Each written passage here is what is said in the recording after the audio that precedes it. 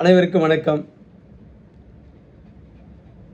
சொந்தமாக கார் இல்லையே, நடிகர் வடிவேலு புலம்புறான், கதறான், சொந்தமாக கார் இல்லையேன்னு. இந்த உதயாநிதி கூட்டாளி ஒருத்தன் 230 கோடிக்கு வாட்சி கட்டியிருக்கான். கூட்டாளி 500 கோடி ரூபாய்க்கு மிக பிரமாண்டமான தாஜ் ஹோட்டலுக்கு சமமான வசதிகளோட வீடு கட்டுறான் கடற்கரை ஓரத்தில்.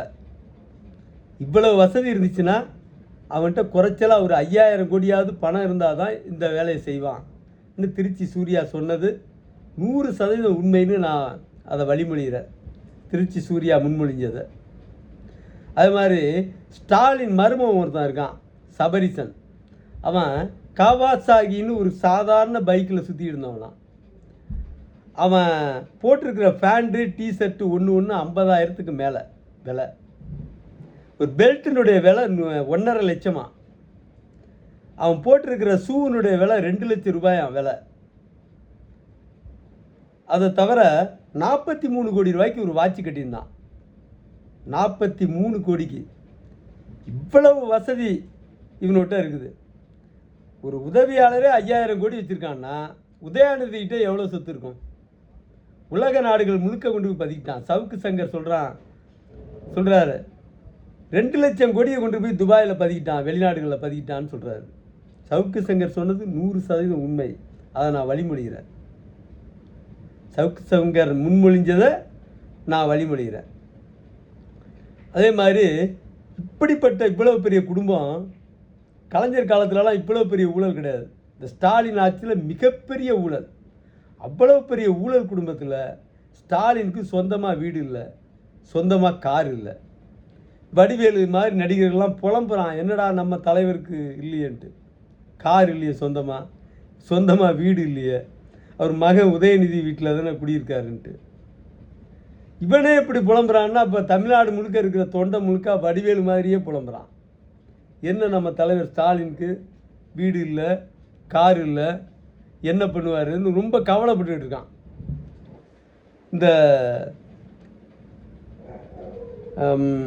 டாஸ்மாக் வியாபாரத்தில் மட்டும் ஆண்டுக்கு 1 லட்சம் கோடி ரூபா அடிக்கிறான்.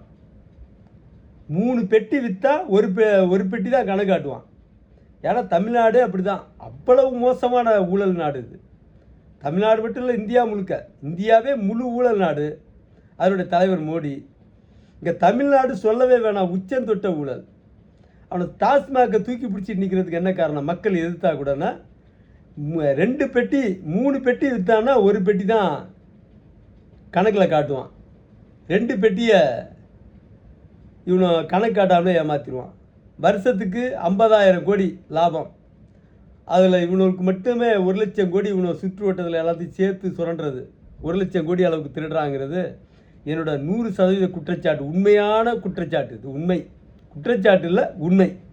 இதை மக்கள் புரிஞ்சுக்கணும். இப்படிப்பட்ட சூழ்நிலையில் தான் வடிவேலு மாதிரி ஆளுங்க, திமுக தொண்டர்கள், அவனுக்கு கோமாளிகள் தான். அவனுக்கு என்ன நிலமையில் இருக்கான்னு தெரில. அவன் கட்சிக்காரன் திமுககாரன் பழச்சாறு விற்றுக்கிட்டு இருந்தவன். பழச்சாறு தான் விற்றான். அவனுடைய சொத்து மதிப்பு 10,000 கோடி. பாலிடெக்னிக் படித்தவன் அவன் சில லட்சம் கோடி சொத்து சேர்த்துட்டான். ஒரு நடிகன் மத்திய மந்திரி ஆனால் அமெரிக்காவில் போய் செட்டில் ஆகிட்டான்.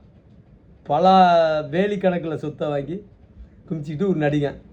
இந்த ஆசையில் தான் இந்த சத்யராஜ் பையன் வந்தான்.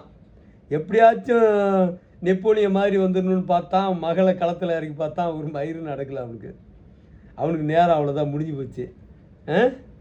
அவன் அதுவும் எம்எல்ஏ ஆகிலாம் ஒன்றும் கிழிக்க முடியாது. 30-40 கோடி ரூபா 50 கோடி ரூபா செலவு பண்ணி எம்எல்ஏ வந்தால் திரும்ப போட்ட காசு எடுக்கிறதே கஷ்டம். ஒரே வழி மந்திரியானால் தான். அந்த 33 பேருக்கு தான் வாய்ப்பு. இந்த தமிழ்நாட்டில் மட்டும் 20க்கும் மேற்பட்ட முன்னாள் அமைச்சர்கள் லட்சம் கோடிக்கு மேலே சொத்து வச்சுருக்காங்கிறது தான் யதார்த்தம். எல்லாம் மக்கள் உணர்ந்து திமுகவிற்கு மக்கள் பாடம் புகட்ட வேண்டும்.